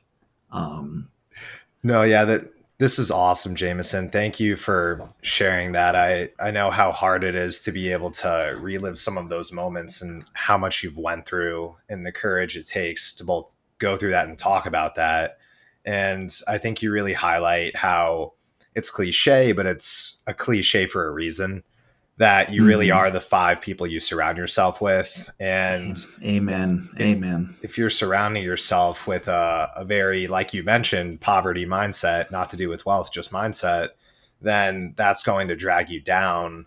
I think that one really big point from your story is that at some point you were aware of what's going on. You started to have a level of Hmm. awareness. Hey, this is not where I am. This is not what I want to be. And from that, you're able to slowly drag yourself out to a better situation. And there are Hmm. so many people who don't get that level of awareness. They're just stuck in their own heads, constantly living their Hmm. lives the way they are. I'm wondering if you have any advice for listeners who are either in a same situation or just in general, how to be more aware of their surroundings, how to know when to really drag themselves out and when their life might need a change. Yeah. Things didn't really like start to click. And I mean, even after when things did click, it took me years. It took years of growth to get to where I am today. I mean, things didn't like fully like the first major clicking thing in my life was like when I took personal responsibility. Like, and I'm going to speak for myself, and hopefully this resonates to help somebody else. Is that you can't fault for where you were born, how you were born, the situation you were born in. That's not your fault. You can't. You're not at fault for that. You can't fault yourself for how you grew up, the things you were around as a child. If you're around bad stuff, bad people, unhappy household, chaotic, toxic, whatever, violent, all that. That's not your fault. You can't blame yourself for that. And then, once you go into adulthood, you know, you continue to live into that lifestyle. That's your fault. You can change it at this point. You're a grown adult. If you continue to live that way, that's on you. And things didn't change for me until I took responsibility. You know, all the relationships I had been in the past, all the friendships, the drugs, all that. For years, I continued to blame everybody else. And I fully believed it was everybody else's fault. Like, I truly believed that. And there was no way you could convince me that it wasn't. Like, if I knock over my glass of water right now, I would find a way to blame you, and I would fully believe it, that it was your fault, that it happened. You pissed me off to do this, which caused me to do this, which caused me to do this, and I knocked it over. That's your fault. And things didn't snap, or at least start to snap into place until I took responsibility. Everything in your fault is everything that happens in your life is your fault, good or bad. And I ingrain that into my brain. I, All these things are my fault, all of them. I, And it's hard. Sorry. Go no, ahead, go ahead, go. go ahead. It's keep going, man. Yeah, it's hard. It's a hard thing. It's a hard thing to accept. I mean, like I said, it took me years, of just continually engraving stuff like that into my head to fully accept it and believe it, that everything that happens in your life is your fault. If you can control it, it's your fault. If you're in a relationship and you're in a bad relationship, your spouse, cheats on you, and whatever, like, take responsibility. Not, like, take responsibility for that. Like, what did you do to attract that type of person? What's going on? Because, like, I believe, like attracts like. If you attract a shitty person in your life, that tells me a lot about you as a person. So what can you do to change for you to become a happier, healthier, better, stronger person? Do those things that you can focus. You can't control what the other person did to you, but you can control how you respond to it and what you do to grow from it and to not attract those type of people in the future. So all the friendships you have, like you said, you are the average of the five people you hang out with. That is very true. So everything that's going on around you that's you. That's the things, decisions you make. This is a cliche quote. It's like the decisions you make today will affect the rest of your life. What you do today is going to affect tomorrow. And all these little things that I learned over the years, like, helped me be able to grow. It wasn't overnight. I'm still growing. I'm still a work in progress. There's still things on me that I know are wrong, but I'm more self-aware of the issues that I have, and I'm open to learning and growing and hearing. Like, okay, like before I'd be like, okay, this is wrong with you. Da, da, da. No, it's not. It's wrong with you. No. Okay, well, tell me more. What do you? Okay, let me, and I'll adjust, and I go through it. So I'm more opening to accepting things and learning and growing, and I'm continually moving forward in my life in every area that I can. Yeah, I'm spotting a lot of great themes here. One is continuous action, continuous growth. Always be taking action towards your goals and always be trying to grow. Don't have a scarcity poverty mindset, have a growth mindset. Also, Amen. Being able to focus on what's in your control and changing that. And if something's not in your control, don't waste time and energy stressing over it. We know that that's not logical if you can't affect it. Yes. And then I'm going to reword one thing that you said. Let me know if it sounds about right. But a lot of us mistake fault and responsibility. They are not the same. Not everything in life is your fault, but your life is your responsibility.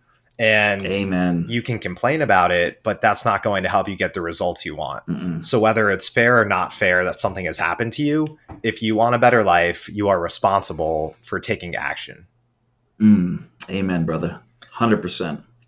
Yeah, this is all awesome, Jamison. I appreciate you sharing where you are in life and your journey through what you went through. And I really want to point out to everyone that you've heard firsthand what Jamison went through and how he really hit rock bottom.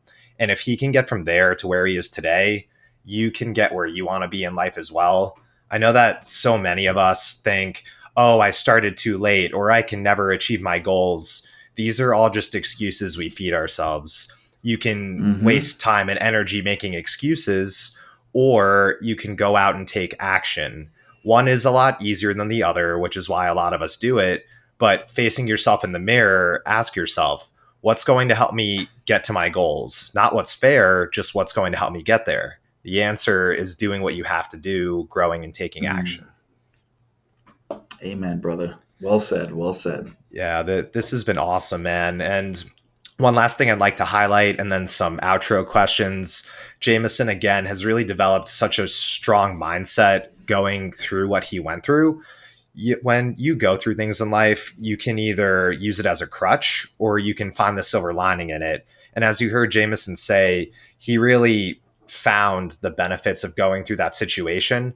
Obviously, ahead of time, no one would prefer to have that happen to them. But once you are going through it and you're done going through it, you decide what it means to you. Life is just a narrative we tell ourselves, and you have to decide how the things you went through and are going through can help you learn and help you grow.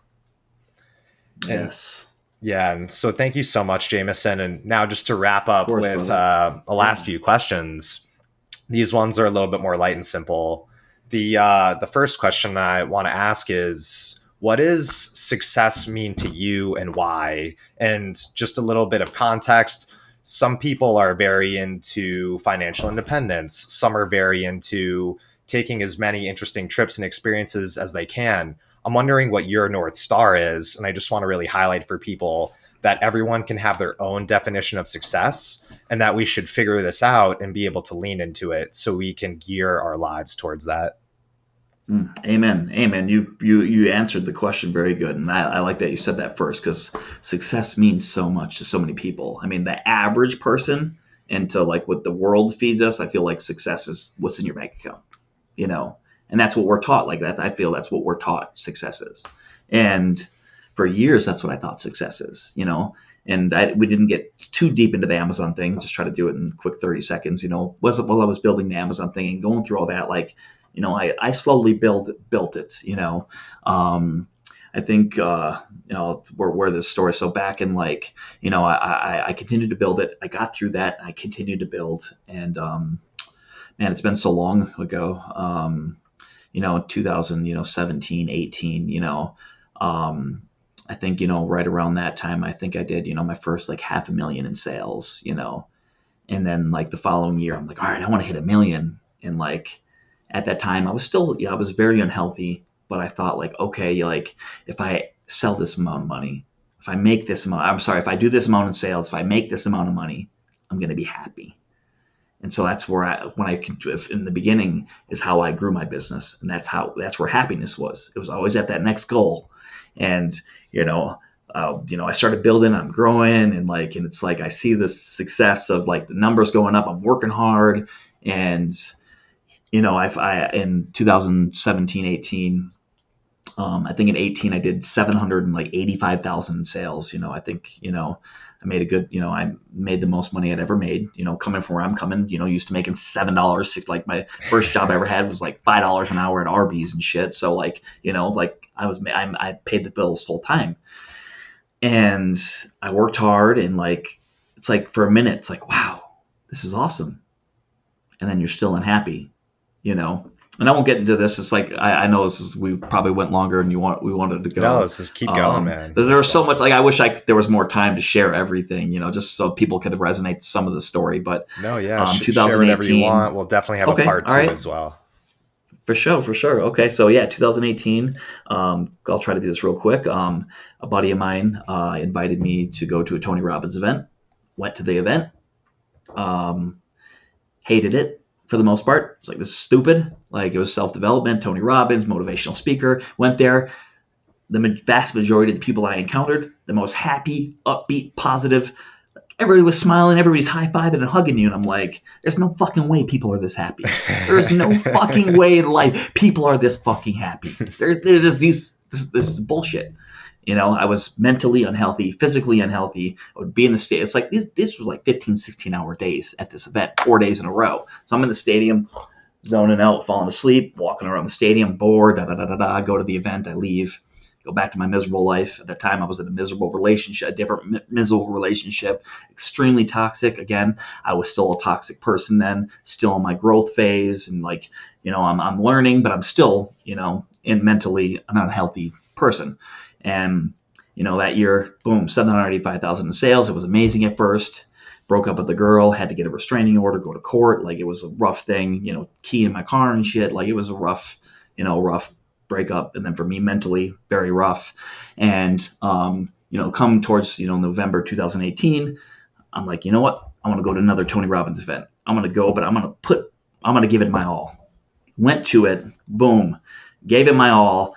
Went to it. I was ready for it. I prepared for it mentally. I did it. I learned. I accepted everything. And again, a few more things started to click, which is, growth. That's all that matters. At the time I didn't know, but it's all that matters to me is becoming a better person.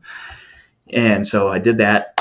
I don't know if, people have ever been to one, but, he does some things that it digs deep down into the brain. And he pulled out things. He helps you get past your limiting beliefs, the reasons why you can't be successful or have growth or be happy.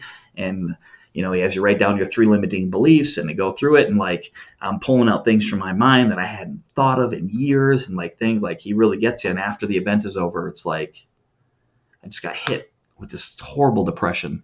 I'm going through the breakup, which is extremely tough. And it's crazy, toxic, this, that, and the other, having to change my number, 10 plus times. And, it was rough. And, I was unhappy, miserably. I was unhealthy, just a miserable, it was miserable inside. On the outside, I, put a smile on. I had the smile painted on the face. And I'm staying with the buddy after the Tony Robbins event, a reseller friend, White Plains, New York. I'm staying with him. And it's one night we're hanging out. It's all of this of life and just, past everything, bottling shit up and not dealing with all my problems or dealing with problems and stuff like that. Just snapped and mentally inside I snapped. I was I can't do this anymore. I'm done. Mentally, you just can't handle it anymore. And to my friends, I'm smiling. I'm trying to be as positive as I can and happy. And I told my buddy, all right, man, I'm going to go to the gym, whatever. And I go to the gym, I'm walking on the treadmill, and it's just mentally just snapped. And I'm so weird. Either nobody saw, there wasn't a lot of people, maybe 3-4 people spread out through the gym, but I'm jogging, walking on the treadmill. I'm just can't even control my tears. I just mentally just fried. I just mentally hit the last stop on the train and I'm done. And I was just I I don't want to live. I just can't handle feeling this way anymore. And as I'm walking on the treadmill, I started just like Googling, like I was just like, let me Google like what are painless ways to kill yourself, And I'm just Googling and like just looking at different ways. And like I saw like one of the thing, like, people jump off the George Washington Bridge. And I was like, all right, I'm crying, I go into my car, I'm sitting in there bawling my eyes out, just going through a flurry of emotions. And it's like, turned on my car and I started driving towards the bridge. I think it was like, I don't even remember, a 40-minute drive or something like that. I'm in White Plains, New York area, where my buddy lives. And I start driving, and I'm crying my whole way there, tears rolling down, just driving, looking at the cars as driving by. And I'm driving towards the bridge, and it's just like, I just fucking, you get so sick of feeling like shit inside. And I drove to the bridge, and I drove over the bridge. And it's like, I just don't want to, I don't want, it's like, I don't want to die. I don't want to, like, I just don't want to feel this way anymore. I don't want to feel hurt inside. I don't want to feel broken. I don't want to feel miserable. Like, it's like you're just running on fumes. You have nothing left in you to even just like, even put on a fucking pair of shoes or a pair of pants. It's like, you're fucking done. And it's like, I get over the bridge and I'm just like, I don't want to live this way anymore. I don't, like, there's gotta be like a better way. And so I went through that. And after, my coach that I spoke with at the beginning of the call, I texted him. I'm just like, I told him, let it all on the table. He's like, we need to make some, I wasn't working with him at the time because I was just, I wasn't like putting my effort into growth. So I wasn't working with him. And so I rehired him again, but like full on, like, all right, I got to do something. So I hired him again. And I went back to Minnesota, and like I had my house where I was living, renting a place where I had lived with the girl before she got evicted from the marshal that came and kicked her out with this restraining order. And again, I went back, I had all the toxic memories and bullshit that happened there. And, this is when I really got into the growth, and my coach, really challenged me. He's like, all right, move out, sell everything you own, get the fuck out of there. You need to make some changes in your life. And so I researched everywhere where I wanted to live, and like I ended up settling on New Jersey. I love New York. I wanted to be close to New York and place for good shopping, and I love the food there. And I went back, and this is I think I got back to Minnesota around December, middle of December. I drove home, and I moved out April 1st. I had sold everything I owned cheap on Craigslist, donated it, stuff I couldn't gave it to the junk people, paid some junk people to come remove it. I got rid of everything that I could. And I literally fit everything I owned into my Chevy Equinox, which is a small SUV. Everything I owned fit into there. I got rid of everything. And, when I went back in December until April, I started working out. I started juicing. I started, making, and I forced myself to do this shit. I didn't fucking want to do it, but I did it, And in that time, I started juicing. I'm eating better. I'm not drinking as much. I'm minimizing that, and I'm minimizing the shit I put in my body. And over that 4-month period, I transformed, mentally, physically. Worked with the coach. We were doing our calls. He was holding me accountable. We're doing our thing. And in that 4-month, I had the biggest shift in my brain, of being who I am. It helped me develop who I am today. And I completely transformed every way that I thought. And again, like I said, not all of it was overnight. There's still things I'm working on because I'm always a work in progress every day. And, I moved to Jersey and I transformed my life, and I refixed who I was and the way I was wired, and, continued to be healthier, put more effort into self-development and self-education, reading like books that actually matter, and listening to audio books and podcasts, and like really diving into like education, like business and personal development and anything I can do to help growth, and eating better, getting around better people, and like in that transaction between then and now is like cutting out the shitty people out of your life, be around more people that have a positive influence on your life. It was definitely a rough road, and there were some rocky times, and I went through all that stuff to become who I am today. And, thankfully, like, I'm so happy, like, now that I went through it, because, like, it's like, even if you have, say two people see this, it's like, what, or whatever, what if one person sees something that we shared on here today that, like, plants a seed in their head that allows them to go out and do great things, or learn, or grow, or, like, get them out of a dark place, and that's all, like, to me, like, this is what I learned from Tony Robbins. Like, my life didn't fully start, like, being more enjoyable. It's like the secret to living is giving.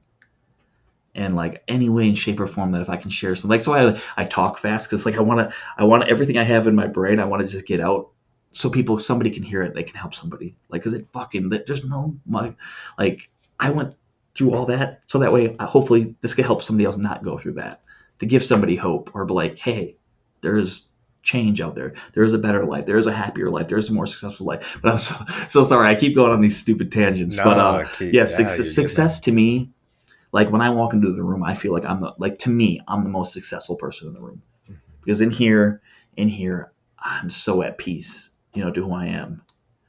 Like, it took me so long to get here, but, like, I'm so mentally happy inside, and I feel so good about myself. Like, I look in the mirror and I'm like, you're a badass motherfucker.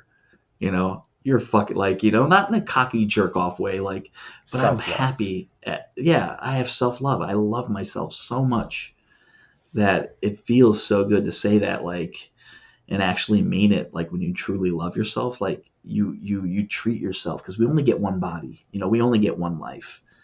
And, like, I love to eat like shit. I love eating chicken wings and pizza, but, like, I want to give my body the love it needs. So I juice. I eat healthy, organic. I eat a lot of greens. Jamison means juice, as in Yes, using sir. a juicer, not steroids. Yes, a just for the juicer. listeners. Yeah, sorry. It's like, No, I you're juice, good. ginger and spinach and cucumbers and carrots, and, like, I made a ginger shot this morning. Ginger and lemon with some chia seeds. Shot that up right before our call here and pounded that. My throat was burning like crazy, but, like, I love just giving my body love and attention, and just, growth, and just being able to take care of me. Because it's like, you have to give to yourself first. To me, that's success to me, is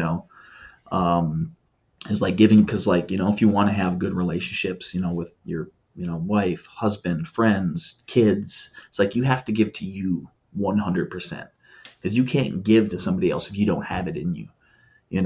It's like, in that sense, I feel like this is just the way I think. I don't know if this is right, wrong, or if people agree with it or disagree with it. Like, in that sense, you have to be selfish. I feel it's safe to be selfish. Is to give yourself. You have to be number one. You have to give yourself first, because it's like, if I want to give, the relationship that I'm in now is amazing. It's the best relationship I've ever had in my life. We're great. We get along. We communicate. We have fun. We're playing. We're laughing together. We go on trips. We have a good time. It's not toxic at all. Like, the complete opposite. But it's like, because I give myself the love and the care that I come first. I have to take care of me first, so that way I can give to you 100%. Yeah. One point I want to highlight on that is similar to this. In your situation with your mom, you also had to kind of put yourself first, despite it feeling kind of tough. And using airplanes as an example, there's a reason why every time you fly, they tell you that you have to put your own oxygen mask on before others. You need to take care of yourself if you want to be able to take care of others. The more you can boost yourself up, the more you have to give. And for those listeners out there, you shouldn't feel bad about prioritizing your needs. This doesn't mean to disregard other people's needs, but I think it's common for a lot of us, I know myself included, to have a deep feeling of guilt, like, oh, this is selfish of me. But as long as you know that you're doing what you're doing for the right reasons, then you can be able to help out more in the long run. Related back to the definition of success, I think that both with the definition of success and our actions, you need to examine what you're doing and why you're doing it. So with success, like Jamison was saying, a lot of people tend to define success as money. I think that subconsciously we do this because, one, society tells us to, and also it's an easy to track metric. You can have a quantitative result. Am I successful or not? And money does grant you freedom, but I think it's important to get to know yourself and be more aware. One of the big themes of this podcast and this episode is awareness. Jamison became aware of his situation around him, and that's what helped him pull himself up and get to a better place. And also becoming more aware of what success actually means to you when society isn't driving your decisions, nor guilt or family. That's how you can live your best and most true life. And Jamison finds a lot of success in being able to share his story and what helps people and to help the people around him. So I just want to say, Jamison, thank you for being so raw and open and honest with us. I know that it can be very tough, brother. and I think that everyone's really going to get a lot of value out of this. And I think that we're definitely going to have to do a part 2, because you have a lot of awesome stuff to go over as far as like how you developed an unbreakable mindset, all these Tony Robbins lessons that you've learned, also relationship advice. I know that you had some really interesting stuff. You were talking to me about doing weekly check-ins with your relationship, which I think is super awesome and useful. So I just want to say thanks, man. And we're definitely going to have to do a part 2. I want to ask if, as a last minute note, if you have any either parting advice you'd like to share with the audience, or any place that people can get in touch with you if they want to learn more, or if they're going through a similar situation and maybe they just need someone to talk to. Definitely, man. Yeah, I'm pretty active on Facebook, Instagram. I just go first and last name, Jamison Phillipi. Yeah, I share a little bit of my story, when I can, or when something sparks up, I'll share. I share stuff in my story, little lessons that I've learned, and hopefully that can resonate and help other people. I share a little bit of my reselling journey. I share a lot of memes, a lot of things that I find funny. So like, it's fun. I try to share positive things. Like I try to be that a little bit of that light, because like in the past couple of years, all the crap that has happened in the world, it's like people can kind of gravitate towards that negative stuff, and even I've had to clean up my social media and get either mute or unfriend people that were just continually spewing negative, because I just I didn't want to be around that. So I try to be that. So like I post positive funny things. I'm never bitching and complaining, or if I ever have anything like a negative thing in my post, it's because I'll share something I learned from it, like okay, this is the positive that came from that negative. But yeah, I share funny stuff, whatever, a little bit of my journey. You're welcome to come on the ride, and and yeah, and like I said, if anyone ever has questions, or if they're you're going through anything, and whatever, reach out, feel free to reach out. Definitely shoot me a message on Instagram, Facebook, whatever. Like, happy to chat with you. If there's anything I can help you with in your life or whatever, like always happy to do that. And one thing is like, I love to encourage, everyone that I encounter, it's like everybody has a story to tell. Like everybody has something to share, and everybody has something of value that they can teach or help other people with. In the Amazon world, like this is one thing that I've learned by going to different events and speaking at events, and like people that start out on Amazon, and the people that have been doing it, the veterans that are selling 7-8 figures a year or whatever, and the people that are just starting out, maybe not selling too much or lower numbers, they generally get intimidated by the bigger sellers.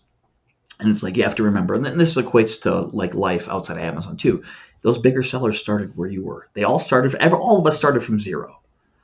So whether you're selling $10 million a year or $10,000 a year, we all started from somewhere.